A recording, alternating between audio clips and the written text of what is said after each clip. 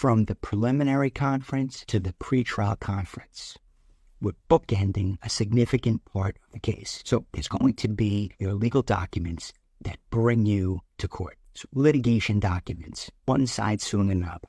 Let's use divorce. There's going to be a plaintiff. That person alleges grounds or a reason for a divorce. The other side replies with a document called an answer. I didn't do it. That wasn't me. I don't consent. And then there should be some negotiation without court dates. Letters between counsel, telephone calls, emails, perhaps some proposed resolution. And some cases end there. A settlement is reached. A written stipulation is prepared, submitted to the court, order in judgment, signed over. And other cases do not end there. They ramp up. One side has to request a preliminary conference. The preliminary conference is getting the lay of the land before the court. What issues exist?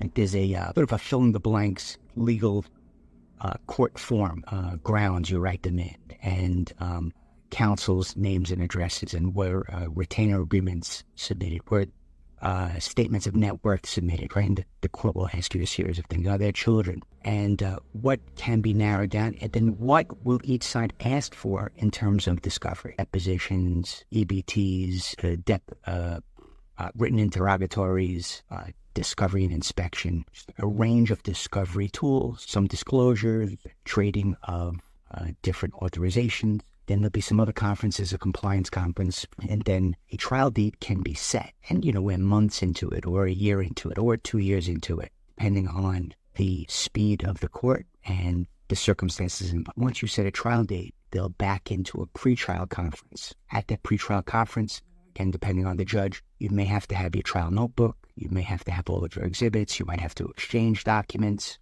And that's where we are. Cases can settle at the pre-trial conference. Why? Because you might have the opportunity to see some information that you had not previously seen. Let's say you knew that there was some type of asset, but because of different reasons, the value of that asset wasn't fully disclosed, or you were just made aware of it. And so if you saw the numbers, or it's a pension, and it had gotten evaluated, and there are different asset classes, different methodologies to split or divide what exists. And you may be able to do that. And if you do it, you never need the trial, and you'll go to an inquest instead. I just simplified the entire divorce process. If you'd like me to simplify it for you, please reach out. Frank Bruno Law.